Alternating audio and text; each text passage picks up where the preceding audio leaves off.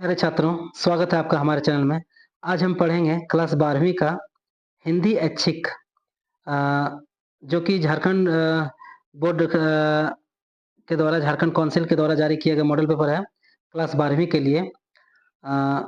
तो आइए हम थोड़ा इसका हम कुछ दिशा निर्देश पढ़ लेते हैं। ये काफ़ी यूज़फुल होगी आप लोगों के लिए जो क्लास 12वीं का एग्ज़ाम देने वाले हैं, परीक्षा देने वाले हैं, ठीक है? तो जो भी विद्यार्थी हैं झारखंड बोर्ड के, देखिए विषय है हिंदी ऐच्छिक है, समय 3 घंटा आपको इसके लिए मिलेगा आपको, पूर्णांक 80 रहेगा, ठीक है? आज हम सिर्फ़ ऑब्जेक्टिव का ऑब्जेक्टिव इसमें हल करेंगे, ठीक है? अगले वीडियो में हम इसका सब्जेक्टिव लाएँगे, ठीक है? तो पहले कुछ इसका दिशा निर्देश जो है, सामान्य निर्देश, उसको पढ़ लेते हैं, उसके बाद हम आगे बढ़ेंगे। देखिए सामान्य निर्देश क्या है? परीक्षार्थी यथासंभव निर्देशानुसार अपने शब्दों में उत्तर दें। सभी प्रश्न अनिवार्य हैं। प्रश्नों की संख्या इसमें 52 है, जो 4 खंडों क, ख, ग, घ में विभक्त है, ठीक है? प्रश्न खंड क में प्रश्न 1 से 30 तक हैं, जो कि बहुविकल्पीय प्रश्न होंगे। प्रत्येक प्रश्न के 4 विकल्प दिए गए हैं। सही विकल्प का चयन करेंगे और उसके लिए आपको 1 अंक मिलेगा, ठीक है? चलिए, आगे है खंड ख में। खंड ख में है कि 31 से 38 तक अति लघु उत्तरीय प्रश्न हैं, जिनमें से किन्हीं 6 प्रश्नों का आपको उत्तर देना और प्रत्येक प्रश्न का मान जो है आपको प्रत्येक प्रश्न के लिए 2 अंक का आपके लिए आपको निर्धारित किया गया है, ठीक है? 2 अंक मिलेगी। और खंड ग में है खंड ग में 36 से 46 तक लघु उत्तरीय प्रश्न है, जिसमें से किन्हीं 6 प्रश्नों का उत्तर देना है। इसके लिए आपको 3 अंक मिलेंगे, ठीक है? मतलब प्रत्येक प्रश्न के लिए 6 मतलब 3 अंक मिलेंगे, चौथी 18 नंबर यहाँ से आपको मिल जाएगा, ठीक है? खंड ग से। अगला है खंड घ। खंड घ में है 57 से 52 तक, जो कि दीर्घ उत्तरीय प्रश्न है, लॉन्ग टाइप क्वेश्चन है। इसमें आपको 4 प्रश्नों का उत्तर देना है, जिसके लिए प्रत्येक प्रश्न के लिए आपको 5 अंक निर्धारित किए गए हैं, 5 अंक मिलेंगे, ठीक है? मतलब 4 पंचे 20 नंबर यहाँ से आपको मिल जाएगा, ठीक है? तो उम्मीद है आप लोग समझ गए होंगे। आइए हम थोड़ा-सा खंड क देखते हैं। देखिए खंड क में है अपठित बोध, ठीक है? मतलब ये जो आपको गद्यांश को ध्यानपूर्वक पढ़ना है, पढ़ने के बाद आपको उत्तर आपको मिलाना बनाना है। इसमें 4 प्रश्न है, प्रत्येक के लिए 1 अंक मिलेगा, मतलब 4 नंबर आपको इसमें मिलेगा, ठीक है?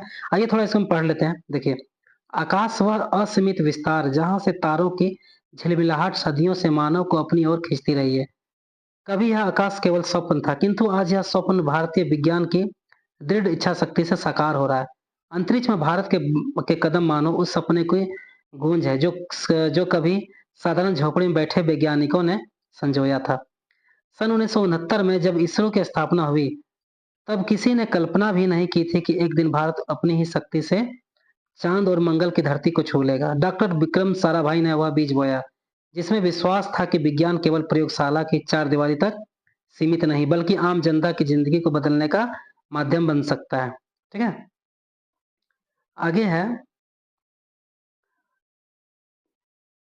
यही बीज आगे चलकर एक वट वृक्ष बना।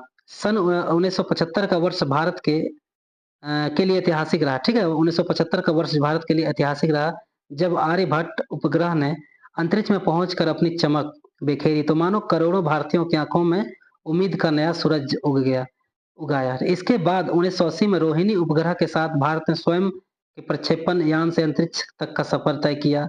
यह आत्मनिर्भरता का प्रथम स्वप्निल कदम था। ठीक है? आज अंतरिक्ष केवल वैज्ञानिक प्रयोग का क्षेत्र नहीं, बल्कि भारत की पहचान बन चुका है। पीएसएलवी और जीएसएलवी जैसे रॉकेटों ने भारत को वह सामर्थ्य दिया है कि अपने साथ अनेक देशों को भी अंतरिक्ष में पहुंचा सके।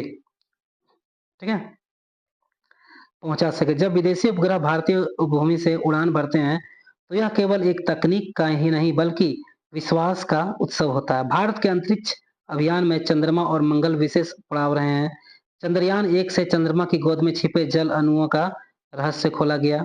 चंद्रयान 1 जब गया, तो चंद्रमा की गोद में जो छिपे जल अणु था, उसका रहस्य हमको पता चला। मंगलयान ने दुनिया को चकित कर दिया कि सीमित साधनों वाला एक देश भी कम खर्च में लाल ग्रह तक पहुंच सकता है। और फिर आया वह क्षण जिसने भारत को विश्व इतिहास में अंकित कर दिया, चंद्रयान 3 की सफलता। ठीक है? चंद्रमा के दक्षिणी ध्रुव पर उतरते ही भारत ने यह सिद्ध कर दिया कि असंभव केवल शब्द है, वास्तविकता नहीं। भारत का सपना नहीं, भारत का सपना यहीं समाप्त नहीं होता है। भविष्य में गगनयान मिशन भारतीय अंतरिक्ष यात्रियों को लेकर अंतरिक्ष में जाएगा। आदित्य L1 सूर्य के रहस्यों को खोलेगा और आगे के अभियान मानवता को नए क्षितिजों से परिचित कराएंगे। इन सब उपलब्धियों के बीच एक गहरा संदेश छिपा है। सीमित संसाधनों से भी असीमित सपने पूरे किए जा सकते हैं। भारत की यह यात्रा केवल विज्ञान की विजय नहीं, बल्कि मनुष्य की अटूट आस्था, विज्ञान की उसकी जिज्ञासा और परिश्रम का उत्सव है। अंतरिक्ष में भारतीय कदम हमें यह सिखाते हैं कि सितारे सिर्फ देखने के लिए नहीं होते, वे हमें यह याद दिलाने के लिए दिलाने आते हैं कि यदि हम चाहें तो उन्हें छू भी सकते हैं। ठीक है? अब आइए इस पर आधारित हम इसके प्रश्न उत्तर का प्रश्नों को हल करते हैं। ठीक है? चलिए देखिए, पहला प्रश्न हमारे सामने है। पहला प्रश्न है, अंतरिक्ष में भारत के कदम किसकी गूंज बताए गए हैं? भारत की संपन्नता, वैज्ञानिकों के संजोए सपने, विदेशी सहायता, राजनीतिक निर्णय। ठीक है? तो ये हो जाएगा इसका आंसर, वैज्ञानिकों के संजोए सपने, ऑप्शन नंबर बी। ठीक है? चलिए, अगला प्रश्न है, 2 नंबर प्रश्न है, पीएसएलवी और जीएसएलवी क्या है? उपग्रहों के नाम है, अंतरिक्ष यात्रियों के नाम है, प्रक्षेपण यान है, अंतरिक्ष केंद्र है, क्या है भाई? तो ये है प्रक्षेपण यान है। ठीक है? चलिए, अगला प्रश्न 3 नंबर प्रश्न देखते हैं हम। 3 नंबर प्रश्न है, जब विदेशी उपग्रह भारत से प्रक्षेपित होते हैं तो उसे क्या कहा गया है? तकनीक का उत्सव, विज्ञान की विजय, विश्वास का उत्सव, अंतर्राष्ट्रीय सहयोग। क्या कहा गया है? इसे कहा गया विश्वास का उत्सव। ठीक है? सी नंबर हो जाएगा। चलिए, अगला प्रश्न देखते हैं हम लोग। 4 नंबर प्रश्न देखते हैं। 4 नंबर प्रश्न है, गगनयान मिशन का उद्देश्य क्या है? मंगल ग्रह पर उपग्रह भेजना, अंतरिक्ष यात्रियों को भेजना, सूर्य का अध्ययन करना, चंद्रमा पर नया उपग्रह भेजना। क्या हो जाएगा इसका आंसर? 4 का हो जाएगा बी, अंतरिक्ष यात्रियों को भेजना। ठीक है? चलिए, अगला प्रश्न देखते हैं। अगला देखिए, अब पद्यांश है। ठीक है? ये खत्म हो गया, पद्यांश आप पढ़ते हैं। इसको पढ़कर हम इसके आधार पर दिए गए प्रश्नों को हल करेंगे, जो इसमें भी 4 प्रश्न आएंगे। देखिए, इसको पढ़ते हैं, देखिए, पढ़ के सुनाते। देखिए, अभी अभी धूप बरसने लगा, कहाँ से यह पानी? किसने फोड़ घड़े बादल के, की है इतनी शैतानी? सूरज ने क्यों बंद कर लिया अपने घर का दरवाजा? उसकी माँ ने भी क्या उसको बुला लिया, कहकर आजा, कहकर आज? जोर जोर से गरज रहे हैं बादल, किसके काका? किसको डांट रहे हैं, किसने कहना नहीं सुना माँ का? ठीक है? आगे है, बिजली के आंगन में अम्मा, चलती है कितनी तलवार, कैसी चमक रही है फिर भी क्यों खाली जाते हैं वार? वाह, बहुत ही सुंदर कविता थी ये। चलिए, इसका उत्तर हम लोग देखते हैं। इसका प्रश्न देखिए, पहला प्रश्न है, कवि ने अचानक वर्षा को किस प्रकार व्यक्त किया है? ठीक है? समुद्र की लहरों से, बादल के घड़े फुटने से, झरने से, नदी की बाढ़ से। ठीक है? इसका आंसर हो जाएगा बादल के घड़े फुटने से। ठीक है? अचानक वर्षा होती है तो बादल के घड़े फुटने से कवि का आशय है। ठीक है? चलिए, अगला प्रश्न है, 6 नंबर प्रश्न हम देखते हैं। 6 नंबर प्रश्न है, कवि ने सूरज को किससे बुलाए जाने की कल्पना की है? ठीक है? उसके मित्र ने, उसकी माँ ने, उसके शिक्षक ने, उसके पिता ने। कवि ने सूरज को किससे बुलाए जाने की, मतलब सूरज को किसने बुला लिया? ठीक है? इसका आंसर हो जाएगा उसकी माँ ने। ठीक है? अगला प्रश्न है, देखिए 7 नंबर, इस काव्यांश में कौन सा रस अधिक परिलक्षित होता है? प्रेम रस, हास्य रस, अद्भुत रस, करुण रस। तो इसमें आप लोगों को कौन सा रस देखने को मिला? ठीक है? इसमें हो जाएगा अद्भुत रस। ठीक है? चलिए, अगला प्रश्न है 8 नंबर। 8 नंबर प्रश्न है, इस काव्यांश की भाषा की सबसे बड़ी विशेषता क्या है? गंभीरता, बाल सुलभ कल्पना और सरलता, दार्शनिकता, वीरता। क्या हो जाएगी इसका?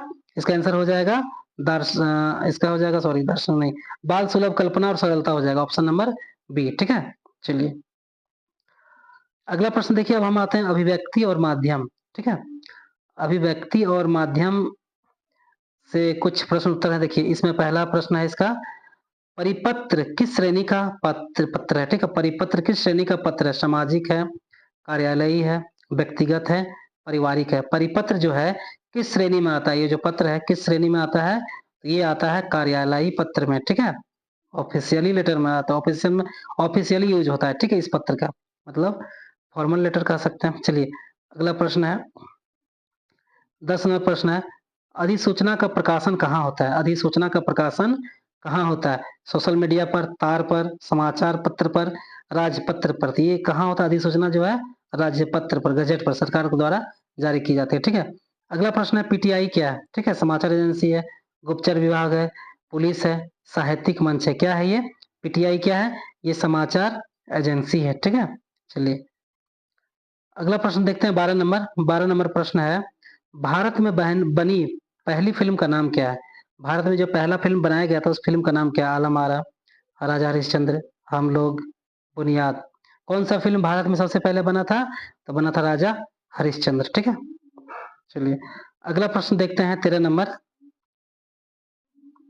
स्टिंग ऑपरेशन किस तरह की पत्रकारिता है? ठीक है, स्टिंग ऑपरेशन खोजपरक पत्रकारिता, विशेषीकृत पत्रकारिता, एडवोकेसी पत्रकारिता, फोटो पत्रकारिता। ठीक है, किस प्रकार की पत्रकारिता है ये?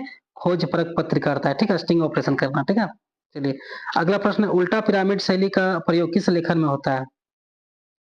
उल्टा पिरामिड शैली का प्रयोग किस लेखन में होता है? निबंध लेखन में, पत्र लेखन में, संवाद लेखन में, समाचार लेखन में। किसमें होता है? ये होता है समाचार लेखन में। ठीक है, ऑप्शन नंबर डी। चलिए अगला प्रश्न है 15 नंबर। देखिए 15 नंबर प्रश्न क्या है? अखबार की आवाज किसे माना जाता है? अखबार की आवाज किसे माना जाता है? आलेख, फीचर, संपादकीय, पत्र लेखन। किसे माना जाता है? तो ये माना जाता है संपादकीय को। ठीक है, ऑप्शन नंबर ठीक है। हमारे चैनल में आए हैं तो लाइक शेयर सब्सक्राइब जरूर कीजिएगा आप लोग। ठीक है, चलिए अगला प्रश्न देखते हैं 16 नंबर। इनमें से कौन अलग है? इनमें से कौन अलग है? ठीक है, दैनिक जागरण, हिंदुस्तान, इंडिया टुडे, प्रभात खबर। अब इसमें से आपको जो अलग लग रहा है उसे छांटना है। ठीक है, तो कौन हो जाएगा इसमें से? इंडिया टुडे हो जाएगा। क्यों हो जाएगा? क्योंकि ये दैनिक जागरण, हिंदुस्तान, प्रभात खबर ये तीनों हिंदी का अखबार है। ठीक है, हिंदी पे का पत्र है भाई, पेपर है। ठीक है, और ये इंडिया टुडे इंग्लिश अखबार है। ठीक है, चलिए अब आते हैं पाठ्य पुस्तक से जो कुछ प्रश्न है गद्यांश गद्यांश पर आधारित है। इसका कुछ उत्तर हम देखते हैं। ठीक है, देखिए, सारी रात संभव की आंखों में शाम मंडराती रही। उसकी ज्यादा उम्र नहीं थी, इसी साल एमए पूरा किया था। अब वह सिविल सर्विसेज प्रतियोगिताओं में बैठने वाला था। माता पिता का ख्याल था कि वह हरिद्वार जाकर गंगा जी के दर्शन कर ले तो बे, बेखटके भी सिविल सेवा में चुन लिया जाएगा। ठीक है, पहले हम इसका पढ़ लेते हैं, उसके बाद इसका प्रश्न का हल करेंगे। ठीक है, बड़ा ही अच्छा कहानी है ये। दूसरा देवदास कहानी का ये गद्यांश है। देखिए, लड़का इन टोटकों को नहीं मानता था, पर घूमना और नानी से मिलना उसे पसंद था। अभी तक उसके जीवन में कोई लड़की किसी अहम भूमिका में नहीं आई थी। लड़कियां या तो क्लास में बाईं तरफ की बिल्कुल बाईं तरफ की बेंचों पर बैठने वाली एक कतार थी, या फिर ताई चाची की लड़कियां जिनके साथ खेलते खाते वह बहुत बड़ा हुआ था। वह बड़ा हुआ था। ठीक है, इस तरह बिल्कुल अकेली अनजान जगह पर एक अनाम लड़की का सद स्नात दशा में सामने आना, पुजारी का गलत समझना, आशीर्वाद देना, लड़की का घबराना और चल देना, सब मिलाकर एक नई निराली अनुभूति थी जिसमें उसे कुछ सुख और ज्यादा बेचैनी लग रही थी। उसने मन ही मन तय किया कि कल शाम 5 बजे से ही वह घाट पर जाकर बैठेगा। पौड़ी पर इस तरह बैठेगा कल वाले पुजारी के दिवाले पर सीधी आंख पड़े। ठीक है, ये कहानी पढ़िएगा आप लोग, बड़ा ही मनोरंजन मतलब कि बहुत अच्छा कहानी है ये। ठीक है, बड़ा अच्छा लगेगा। उसने तो लड़की का नाम भी नहीं पूछा। वैसे वह हरिद्वार की नहीं लगती थी। कैसी लगती थी? संभव ने याद करने की कोशिश की। उसे सिर्फ उसकी दुबली पतली काया, गुलाबी साड़ी और भीगी भीगी श्याम सलोनी आंखें दिखी। उसे अफसोस था कि वह उसे ठीक से देख भी नहीं पाया, पर यह तय था कि वह उसे हजारों की भीड़ में भी पहचान लेगा। वह दूसरा देवदास का है। ठीक है, चलिए अब इसके आधारित पर प्रश्न पढ़ते हैं। पहला प्रश्न क्या है? 17 नंबर प्रश्न है, माता पिता का विश्वास था कि हरिद्वार जाकर गंगा जी के दर्शन करने से शिक्षा पूरी हो जाएगी, स्वास्थ्य अच्छा रहेगा, प्रतियोगिता में सफलता मिलेगी, विवाह हो जाएगा। क्या हो जाएगा? तो प्रतियोगिता में सफलता मिलेगी। ठीक है, चलिए अगला प्रश्न है। अगला प्रश्न 18 नंबर, पुजारी ने क्या गलत फहमी की? संभव को लड़की का भाई समझा, दंपति समझकर आशीर्वाद दिया, लड़की को अकेली आतरी समझा, संभव को पुजारी समझा। क्या समझा? दंपति समझा, मतलब संभव की पत्नी समझा उसे। ठीक है, और आशीर्वाद दे दिया। ठीक है, चलिए अगला प्रश्न देखते हैं। 19 नंबर प्रश्न है, संभव को हरिद्वार जाने की प्रेरणा किस कारण से अधिक थी? मैंने क्यों जाना चाहता था? ठीक है, टोटके पर उसे विश्वास था, नानी से मिलने और घूमने का शौक था, धार्मिक आस्था, परीक्षा तैयारी। वो तो नानी से अपने मिलने के लिए जाना चाहता था। ठीक है, चलिए अगला प्रश्न है, प्रत्युत गद्यांश किस पाठ से लिया गया था? अभी हम बतेबे किया था आपको, दूसरा देवदास से लिया गया है। ठीक है, चलिए अगला अब देखिए आगे पद्यांश आ गया, ठीक है। अब इसे हम पढ़ते हैं, बड़ा ही सुंदर कविता है। देखिए, यह वह विश्वास नहीं जो अपनी लघुता में भी काँपा, वह पीड़ा जिसकी गहराई को उसी ने नापा। कुत्सा अपमान अवज्ञा के धुंधवाते कुड़वे तम में, यह सदा द्रवित चिर जागरूक अनुरक्त नेत्र, उलंब बाहु यह चीर अखंड अपनापा अपनापा जिज्ञासु प्रबुद्ध सदा श्रद्धामय, इसको भक्ति को दे दो, यह दीप अकेला स्नेह भरा है, गर्व भरा मदमाता पर इसको भी पंक्ति दे दो। ठीक है, दीपक, यह दीप अकेला कविता का है। ठीक है, चलिए अब इस पर कविता पढ़ लिया हम लोग। अब इसका प्रश्न देखते हैं। प्रस्तुत पंक्तियां किस काव्य संग्रह से ली गई है? ठीक है, हरी घास क्षण भर, बावरा अहरी, नदी के दीप, कितनी नावों में कितनी बार। ठीक है, कौन सा पाठ से लिया गया, किस काव्य से लिया गया है? ये लिया गया है बावरा अहेरी से लिया गया है। ठीक है, चलिए अब अगला देखते हैं, 22 नंबर प्रश्न देखते हैं। कवि ने विश्वास को किस रूप में प्रस्तुत किया है? डगमगाने वाला, अस्थिर और अडिग, भयभीत, असत्य। तो क्या हो जाएगा इसका आंसर? इसका भी आंसर हो जाएगा अस्थिर और अडिग, ऑप्शन नंबर बी हो जाएगा। ठीक है, चलिए अगला प्रश्न देखते हैं। 23 नंबर प्रश्न है, सदा द्रवित चिर जागरूक अनुरुक्त नेत्र किस गुण की ओर संकेत करता है? कठोरता और घमंड, करुणा और सजगता, मोह और लोभ, असत्य और पाखंड। ठीक है, इसका भी आंसर आपका हो जाएगा ऑप्शन नंबर बी, करुणा और सजगता। ठीक है, चलिए अब अगला देखते हैं। 25 नंबर प्रश्न देखते हैं। अच्छा, एक ही 24 नंबर छूट गया ना। देखिए 24 नंबर प्रश्न था, उलंब बाहु का अर्थ क्या है? बंधी हुई भुजाएं, उठी हुई भुजाएं, लटकी हुई भुजाएं, कमजोर भुजाएं। ठीक है, तो इसका भी आंसर हो जाएगा उठी हुई भुजाएं, ऑप्शन नंबर हो जाएगा बी। ठीक है, अब आते हैं 25 नंबर प्रश्न पर। देखिए 25 नंबर प्रश्न है, प्रेम घन की छाया स्मृति निबंध किस शैली में लिखा गया है? ठीक है, विचारात्मक, संस्मरणात्मक, आलोचनात्मक, विवरणात्मक, किसमें लिखा गया है? ये लिखा गया संस्मरणात्मक में।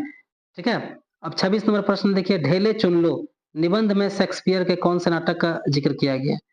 शेक्सपियर का जो नाटक था उसका कौन सा नाटक का ये ढेले चुन लो कहानी में जो जिक्र किया गया? ठीक है, merchant of Venice, Hamlet, as you like it. ठीक है, the time of the sorrow.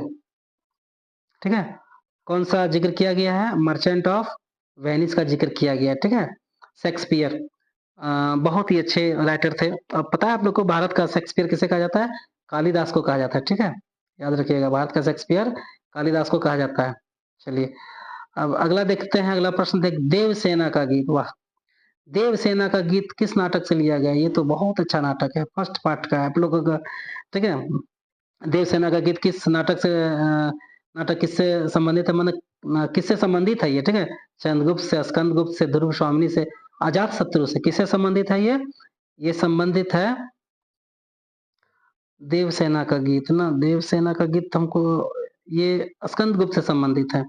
ठीक है, ऑप्शन नंबर बी। ठीक है, चलिए अगला प्रश्न देखते हैं।